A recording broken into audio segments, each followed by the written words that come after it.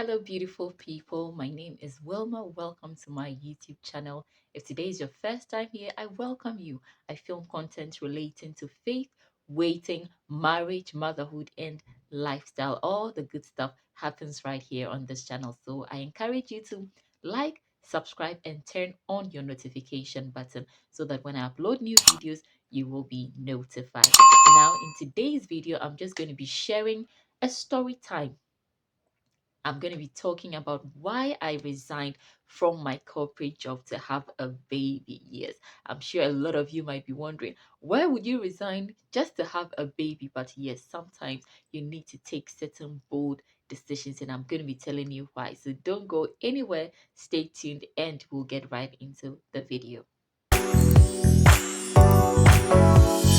Okay, so after graduating from college, I finished my national service, and then God being so good, I was retained at my position because of course I worked really, really hard during my national service period.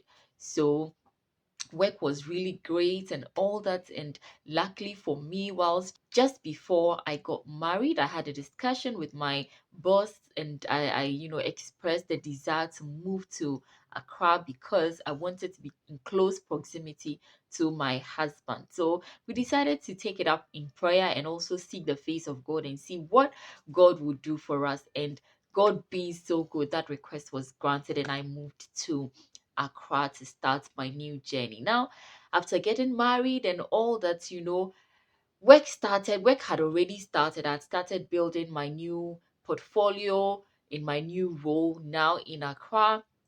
And it was very difficult, obviously, because this was a new area that the company was branching into. But I mean, we were poised to make it happen. We were convinced that this was the way to go for that particular season of the company.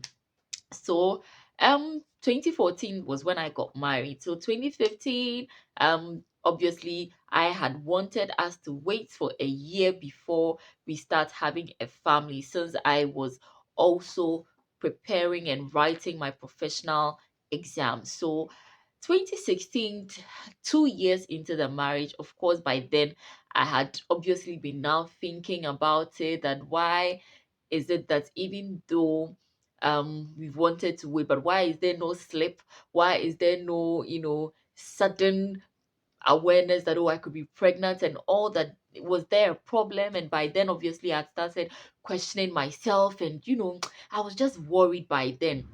But eventually, I decided to just channel all my efforts, my mind, everything into my work and make sure that my work succeeds.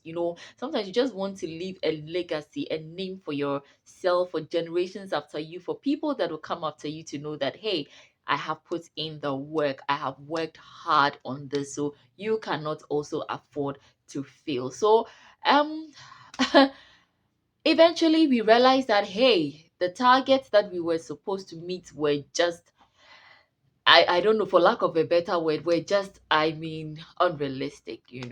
And by then, the economy had entered into a zone of crisis. There was a lot of financial crisis in the economy, and things were not moving. The properties were not selling. And unfortunately for us, for some of the properties, we really didn't have a good design of those properties. We didn't have a little few things, or let me say a few things went wrong with respect to the design and construction. So it was actually now difficult getting people to purchase the property. And by 2016, I had become a ball game of confusion. I was so confused. I was depressed. Nothing was moving. We were selling, but not as fast as we wanted to sell. You could make a sale, let's say in January, and the next time you'd make a sale probably be in June. And how were we supposed to be paid? Luckily for us, we had some other properties, going on rental, and we were managing those properties. So they were sort of cushioning us, but it was not funny at all. It was not funny. And I realized that I started talking in my sleep. Yes, I was talking in my sleep. And I'll come back from home very tired and always angry because my working environment, because you are not producing results. obviously you are not being the favorite of your bosses anymore, and a lot of things basically was happening behind the scenes as well. So I mean, it was a lot for me. And to add to that, every marriage definitely has its own seasons and all that. And my husband was, I mean, so supportive to the point that during that season, as I was also balancing writing my professional exams, there were times he would actually stay up late with me and help me through it. So eventually, that season two for us was really tough because you come back from work and I would obviously be upset sometimes. Sometimes I'll take out my aggression on him and all that, till one day he realized I started talking in my sleep because I was, down, I was frustrated, and really I didn't even know what was going on. So sometimes you have to be careful what you consistently hear. It's not enough to consistently be told that you are, let's say, a failure, or you are not achieving, and all those things. It's not. It doesn't help. So by then, my husband had realized I had started talking in my sleep.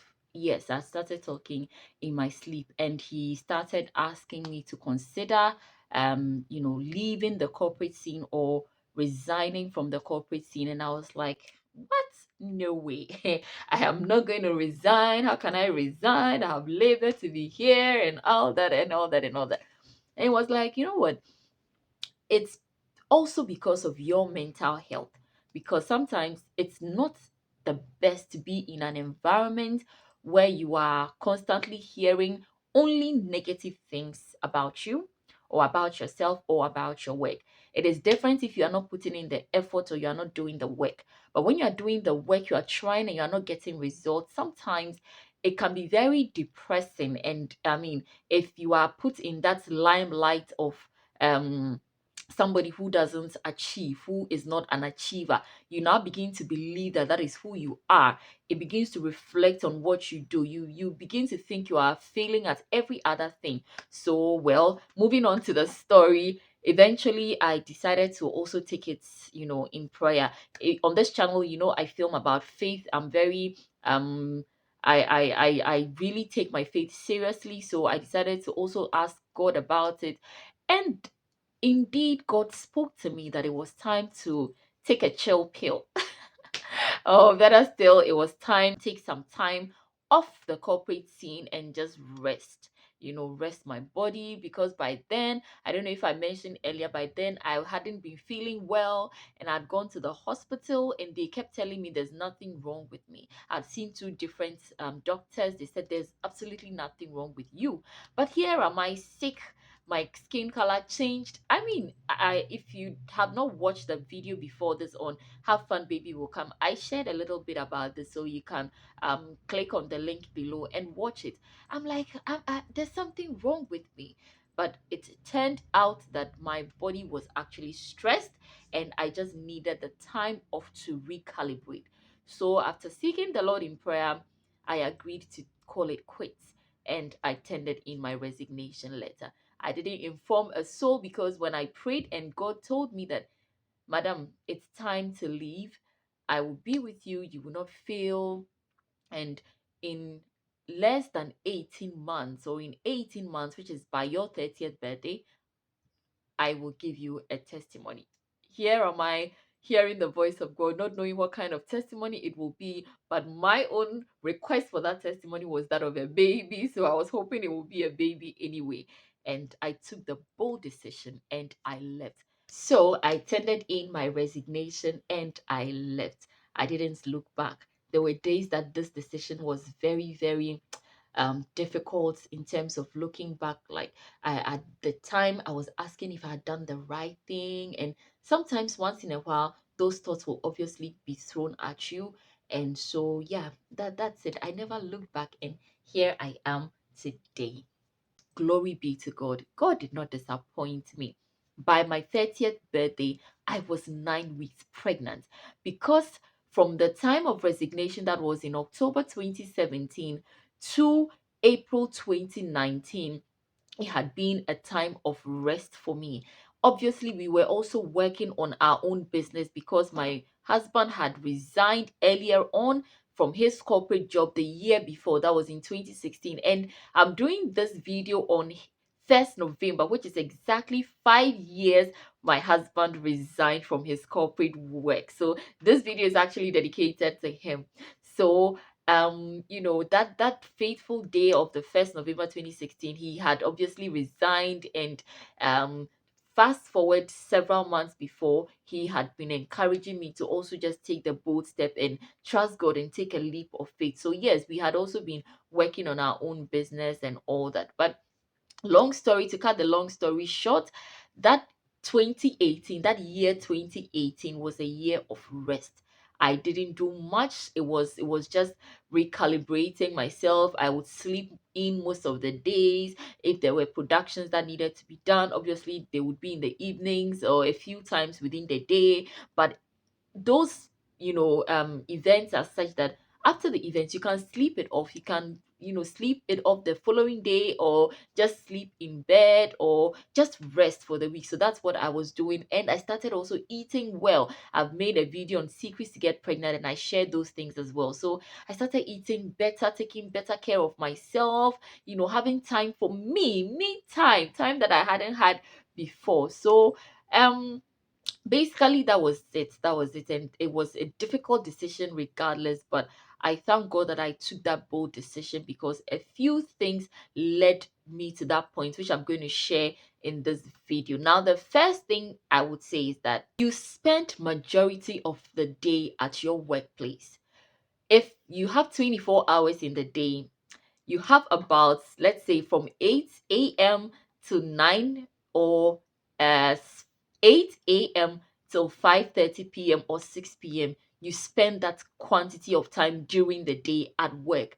Now you just have a few hours between that and your sleeping time, which is about 3 hours. Then you have to sleep, then you come back to work.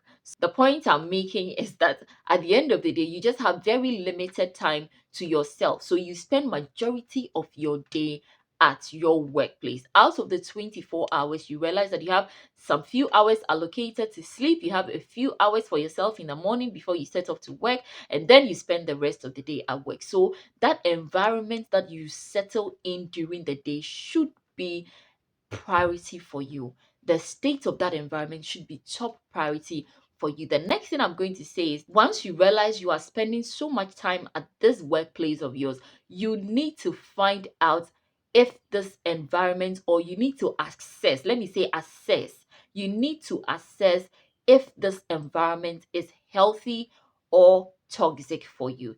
If it is toxic, well, I will come to that. The next thing I'm going to say is that, what are the stress levels? You are trying to conceive mom. You are, a waiting father. In your working environment, what are the stress levels that you are exposed to? Now, if you are a banker, chances are that you stay on your seat throughout the entire day.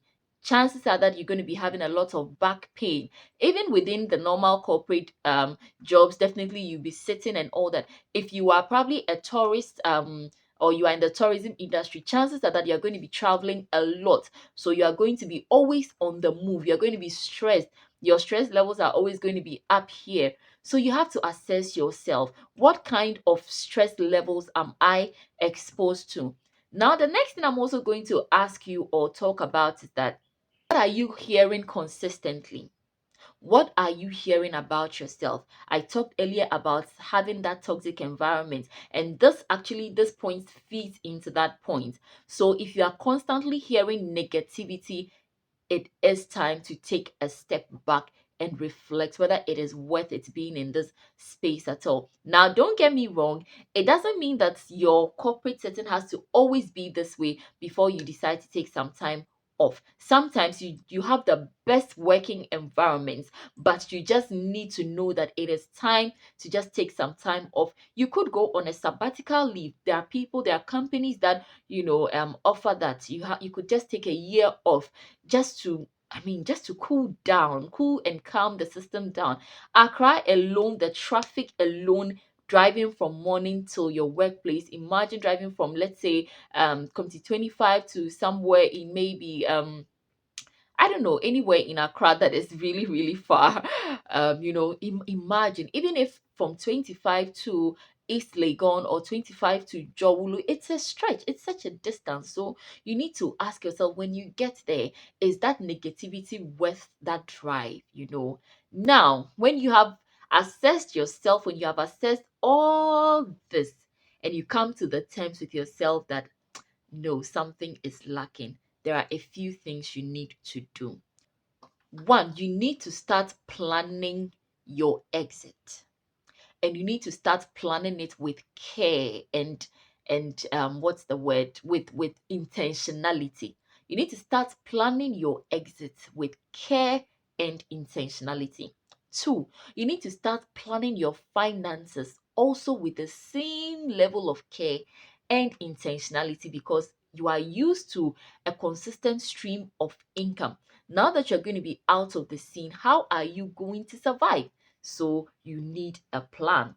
Now, one of the ways to achieve this is to start your side hustle whilst you are in your corporate job. So you could take soft skills like makeup skills, you could undertake soft skills like baking, you could undertake soft skills like cooking for people at events, you could learn how to sew, you could learn how to do, or for the men that watch me on this channel, you could start learning how to put together team of artisans, okay, or a team of artisans to start fixing problems or managing people's homes, things like that, okay, so that it's not, you are prepared. You don't have to now jump from the corporate team before you start wondering, what am I going to do? How am I going to do it? Where am I going to get clients from? But by the time you finally make your exit, you have built and amassed enough clientele before you take that bold decision. The next thing I'm going to say is that once you establish that side hustle you want to do, make sure that you really love doing what you are intending to do. Make sure that it is a passion. Make sure that it is something that obviously can keep you awake in the middle of the night. Make sure that it is something that you feel and believe it is worth fighting for, because those days will come when you ask yourself whether you've made the right decision by quitting. And I will definitely get to that. Now, the next thing is that you have assessed all these things. You have planned financially, you have set your side hustle, you have built a clientele, and all these things. You love what you are doing, but most importantly, engage the heavens. Pray about this decision. Make sure that you hear from God. You discern that it is time, because timing is everything. God knew that when I resigned, in exactly 18 months, I would be pregnant. And it was surreal. In exactly 18, let's say 16 months, I was already pregnant, because I was 9 weeks pregnant by the time of my 30th birthday. So that 1 year and maybe 4 months gave me enough time to rest, recalibrate, start my side business, which obviously I do interiors, I do property valuations, rental, sales, and leasing. I was able to build a sort of a few clients around that. You understand? So it's important you also engage the heavens, channel everything in prayer, and make sure that you hear from God. Now, when you have done all these and you have heard from God, it is time to step out and shine. Go all out. And as you go all out, as you rest, as you also plan your business, as you work and devote more time to self care, God will certainly be working on your case. And by this video, I am not promising you heaven. I'm not promising you that when you resign in the next month, you will have a baby. No, that's not what I'm promising you. But I'm promising you that you will be in a better frame of mind to make decisions. You'll be in a better frame of mind to also be able to pursue medication or pursue fertility treatments that hitherto, if you were in a full-time corporate job, you may not have had the time to pursue. Sometimes you have to be induced, sometimes you have to sleep and all those things. So it's important. It is so, so important. I cannot emphasize that. Know that it does not mean, or when you resign, it does not mean baby will come the next month, the next year or two. That is why you need to love what you do, so that it can also keep you going. Whilst you are waiting for that baby to come, you are also working, you are also building portfolio, you are also building money, saving, okay, investing, so that when the baby comes, you are okay. You can rest, you can take time off and really take care of the baby or take care of the child. Like I have taken 2 years and I have been working from home to take care of my baby. Okay, so yes, I hope this video greatly inspires you if you are in that place of uncertainty about what to do in terms of taking that time off from the corporate scene, or taking that time off for yourself to be able to focus on having a baby. I challenge you to do so, and I know that you won't regret it. Don't forget to like this video, share this video, subscribe to this channel, subscribe, and click on the notification button so that when I upload new videos like this, you will be notified. Till I come your way same time with another video, is Wilma. Bye bye.